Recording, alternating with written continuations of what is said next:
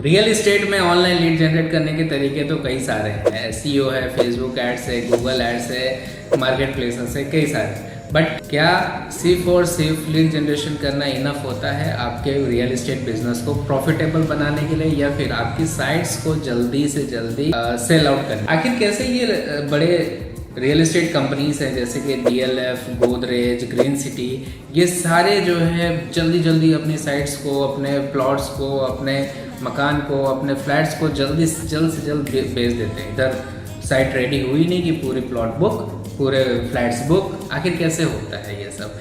ये सिर्फ अगर आप सोच रहे हैं कि ब्रांड नेम की वजह से होता है तो आप गलत हैं। एक्चुअली वो फोकस लीड पे नहीं करते, वो फोकस करते हैं ग्रेट लीड पे। अब ग्रेट लीड क्या होता है and how you can generate the great lead? Great lead का मतलब होता है grow real estate by automating the lead task.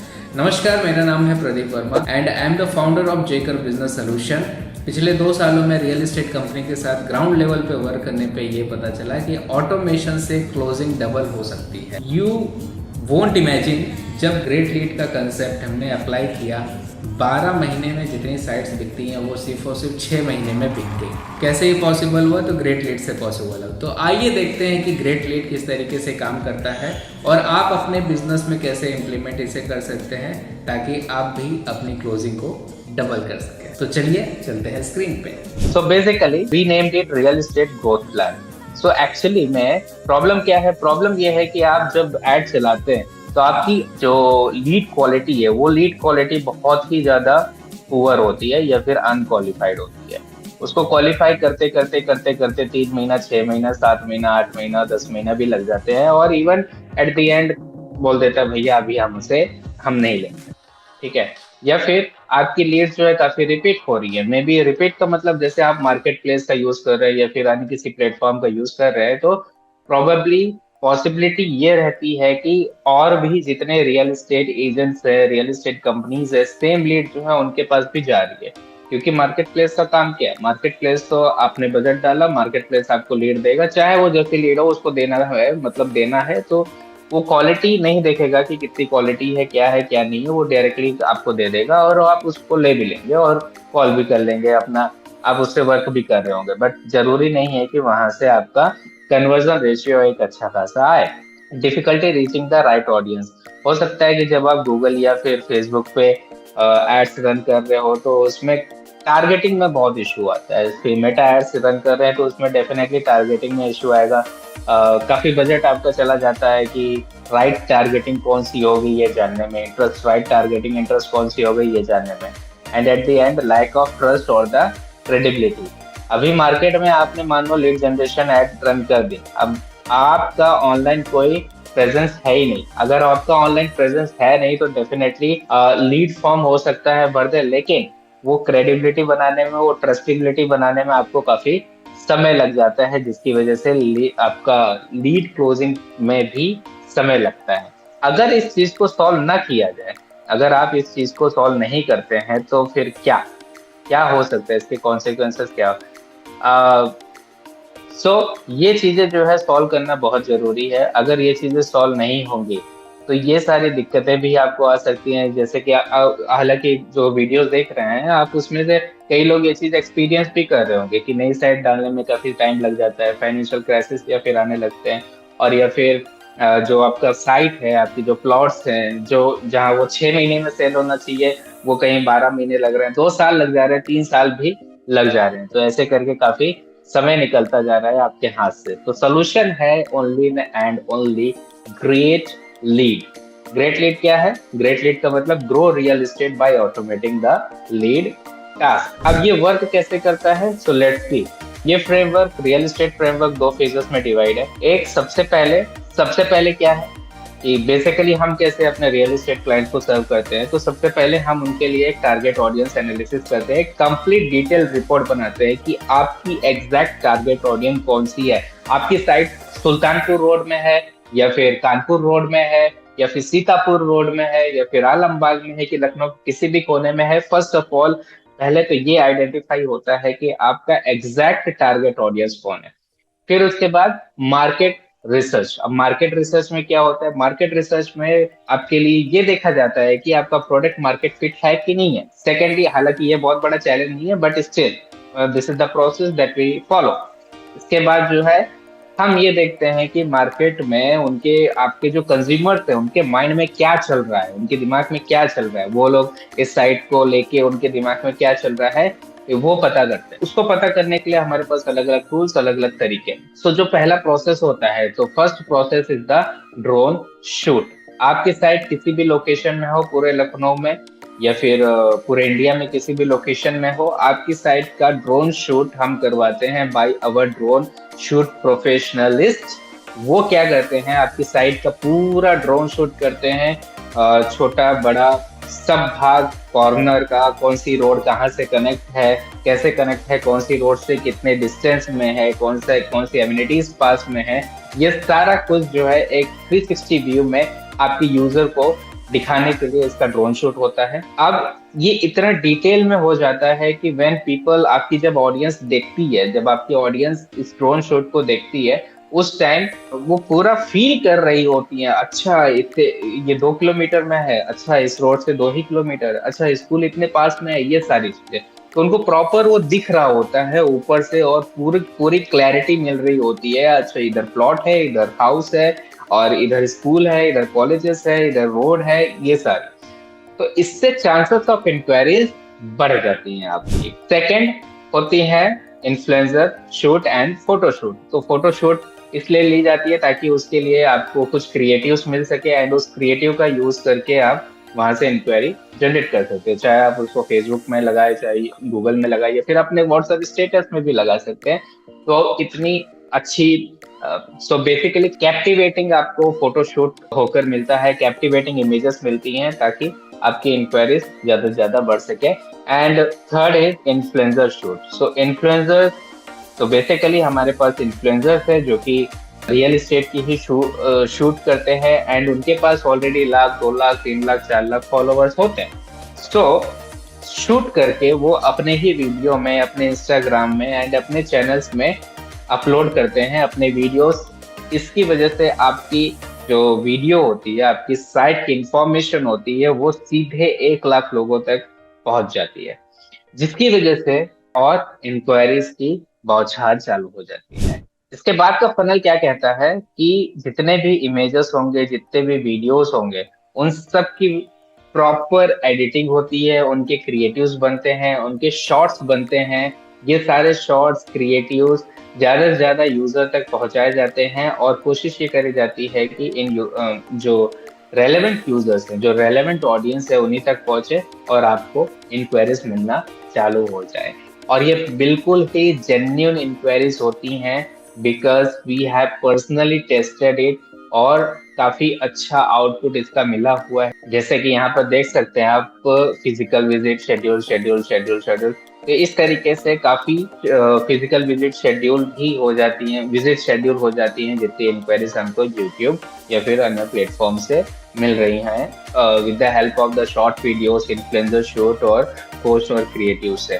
सबसे मजे की बात यह है कि वीडियो शूट में जो ड्रोन शूट होता है, उस ड्रोन शूट में आपको एक फीमेल वॉइस ओवर भी बैकएंड में मिलता है। बेसिकली जो वीडियो होंगी, ये अभी आपको सैंपल भी दिखाते हैं, जो वीडियो होगी उस वीडियो में पीछे बैकग्राउंड एक फीमेल पूरा इंट्रोडक्शन आपकी साइट का दे रही होगी to catch the attention of the people. तो ये वीडियो की झलक देखिए जरा। मान्या बिल्डर्स एंड कंस्ट्रक्शन लेकर के आ गए हैं यूपी की राजधानी लखनऊ में फुल रिहायशी यानी कि घनी आबादी के बीचों बीच प्राइम लोकेशंस पे ये तो रही फेज 1 की बात। अब फेज 2 में क्या होता है? फेज 2 के अंदर ये जितना हमारा टास्क था, ये सारा ऑर्गेनिक था। ये थोड़ा बहुत, ये पूरा टास्क जितना था ये ऑर्गेनिक था। ये फेज 1 है। फेज 2, अब फेज 2 है पूरा ऑटोमेशन का पार्ट। फेज 2 में क्या होता है? बेसिकली मार्केट प्लेस, जो कि जेन्युइन मार्केट प्लेस है, जहां से इंक्वायरी आ सकती है। जैसे कि एक दो प्लेटफॉर्म का नाम मैं लेना चाहूंगा, real estate India and 99 acres as well as housing dot com. तो ये प्लेटफॉर्म्स ऐसे हैं जहां से थोड़ा इंक्वायरीज आते हैं, वो भी फ्री लिस्टिंग में। हाउसिंग.com से हो सकता है फ्री लिस्टिंग से इंक्वायरी ना आए, but what we have experience is real estate India and 99 acres से कुछ इंक्वायरीज जो है फ्री भी आ जाती है। देन आपके लिए एड्स बनाई जाती हैं, हमारी टीम एड पूरी बनाती हैं, क्रिएटिव्स बनाते हैं, वीडियोस जो आपके शूट हुए हैं उस वीडियोस के एड चलाए जाते हैं, किसमें मेटा में, फेसबुक में, इंस्टाग्राम में एंड यूट्यूब में एंड गूगल में। सो गूगल के अंदर सर्च क्वेरीज से लोग आते हैं, तो बेसिकली अगर वो सर्च कर रहे हैं प्लॉट इन सुल्तानपुर रोड या फिर प्लॉट इन कानपुर रोड, तो वहां पर आपकी एड शो होती है और उस एड से हमारे पास इंक्वायरी आती है। तो ये इंक्वायरी आपके पास डायरेक्टली आएगी, आपके सीआरएम पे आएगी। अभी सीआरएम कौन सा यूज करना है, क्या करना है, वो मैं अभी थोड़ी देर में बताता हूँ आपको। सो अब जितने भी एड्स चल रही होंगी, क्योंकि we have been running the ads since 7 years और टोटल जो है 11 years का एक्सपीरियंस इस फील्ड में है, तो फिर एड्स वहां पर कभी गलत जाने की संभावना नहीं होती है।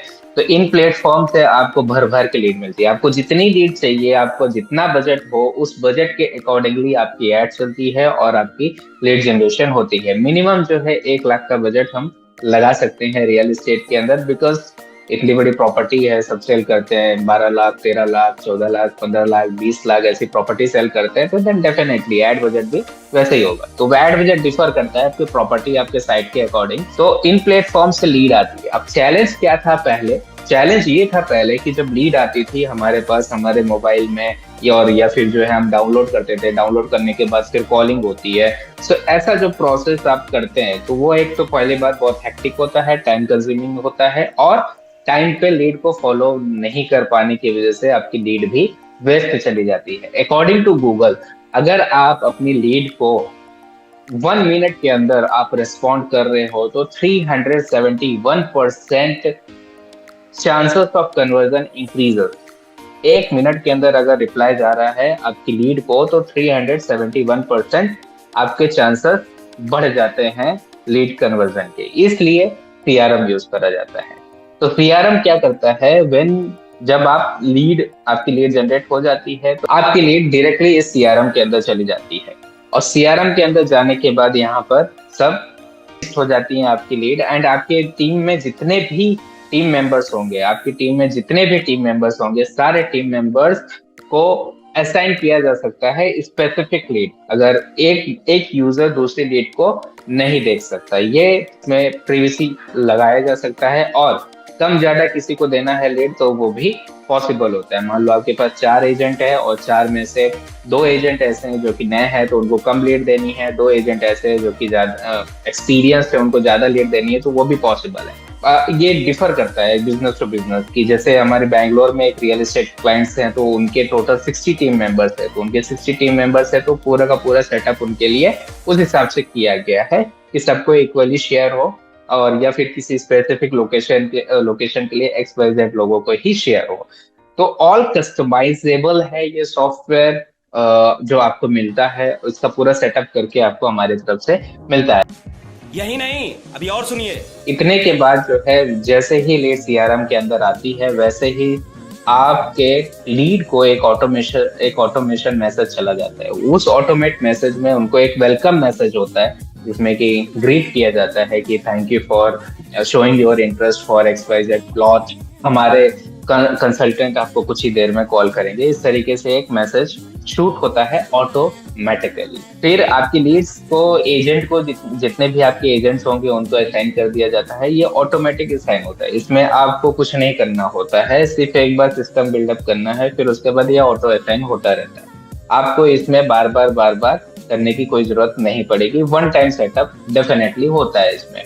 अभी एक तो 2 पॉसिबिलिटी है जब एजेंट कॉल करेगा, या तो कॉल कनेक्ट होगी या फिर नहीं कनेक्ट होगी, या फिर कस्टमर बोल देगा कि I am not interested.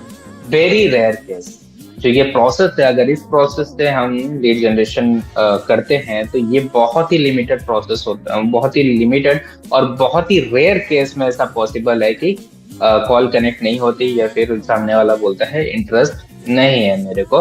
Very rare, मतलब 100 में से 1-8% ही होगा। सो उस केस में भी हमारे पास सोल्यूशन है। तो उस केस में भी उनको एक ऑटोमेट मैसेज चला जाता है एंड उसमें नर्चरिंग ईमेल या फिर नर्चरिंग एक मैसेज जो है चालू रहते हैं वार्म मैसेजिंग के रूप में। अभी जिससे कनेक्ट हो जाता है एजेंट, जिससे कनेक्ट हो जाता है आपका एजेंट, उससे विजिट शेड्यूल होती है।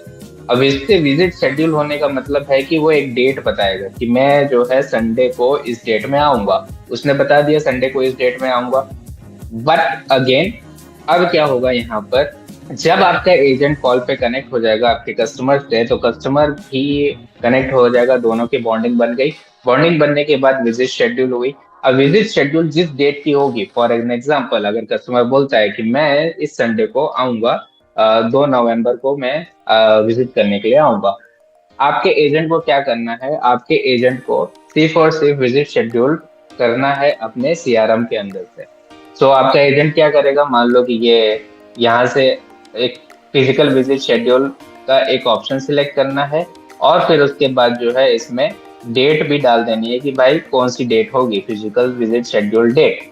तो जिस भी डेट को होगा, मान लो उसने बोला कि 2 नवंबर को आना है, तो यहाँ से 2 नवंबर हम सिलेक्ट कर देंगे और जो भी टाइम होगा यहाँ पर टाइम डाल दिया। मान लो कि कस्टमर बोला कि मैं आऊंगा सुबह में भी 11 बजे या फिर 11 बजे आऊंगा, तो 11 बजे यहाँ पर हमने डेट डाल दी। ठीक है, ये आपके एजेंट के पास एक्सेस रहेगा। आपका एजेंट जो है खुद इस तरीके से विजिट शेड्यूल कर सकता है और डेट के साथ यहाँ पर मेंशन कर सकता है। जैसे ही मेंशन कर देगा वैसे ही आपके कस्टमर को डायरेक्टली एक ऑटोमेटिक मैसेज चला जाएगा। उस ऑटोमेटिक मैसेज में लिखा होगा कि आपकी विजिट इस डेट में इस टाइम को शेड्यूल कर दी गई है, कृपया अपने टाइम को ब्लॉक करके रखें, इस तरीके से। और यही नहीं, जब तक विजिट उसको होता नहीं है, जब तक वो विजिट नहीं करता, तब तक जो है प्रॉपर्टी की जो वैल्यूएबल डिटेल्स होती हैं वो वैल्यूएबल डिटेल्स उसको फॉरवर्ड होती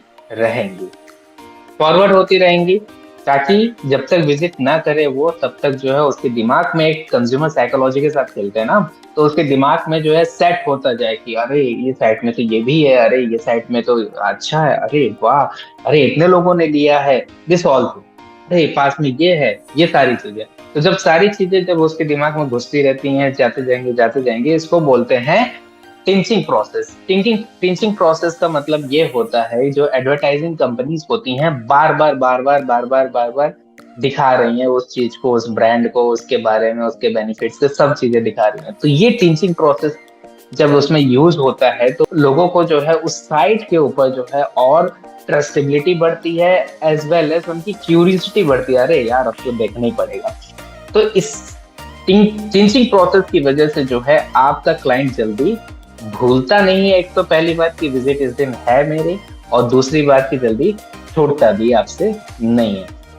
तो इसी तरीके से अलग अलग 7 लेवल्स आते हैं इसमें, विजिट शेड्यूल का, टेकन का, नेगोशिएट का, बुकिंग का, फुल पेमेंट का, रजिस्ट्री का एंड रिफर का। हर एक स्टेज में जो है, जो भी स्टेज आपका रेलेवेंट है, जो भी स्टेज आपके एजेंट चेंज करेंगे, जब भी एक ऑटोमेटिक मैसेज जो है तुरंत व्हाट्सएप में शूट हो जाता है, उनको ट्रस्टेबिलिटी बढ़ाने के लिए, एज वेल एज उनको इन्फॉर्म करने के लिए कि अभी आपका नेगोशिएशन हमारी टीम कर रही है, इस तरीके से।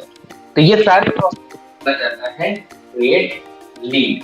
रियल एस्टेट क्लोजिंग के लिए आपको सिर्फ लीड के ऊपर नहीं, क्रिएट लीड के ऊपर फोकस करना होगा, ज्यादा से ज्यादा क्लोजिंग के लिए एंड अपनी क्लोजिंग को डबल करने के लिए। तो वेट ना करें, नीचे दिए गए नंबर पे कॉल करें, मीटिंग शेड्यूल करें और जाने की आपके बिजनेस में ये प्रोसेस कैसे इम्प्लीमेंट हो सकता है, कितनी कॉस्टिंग लगेगी, कितना समय लगेगा, कितनी क्लोजिंग आपको आ सकती है, कितना प्रॉफिट आपको आ सकता है, एवरीथिंग। सो फोन उठाएं, कॉल लगाएं, दिए गए नंबर पे। थैंक यू, मैं प्रदीप वर्मा, मिलते हैं अगली वीडियो में to double your real estate.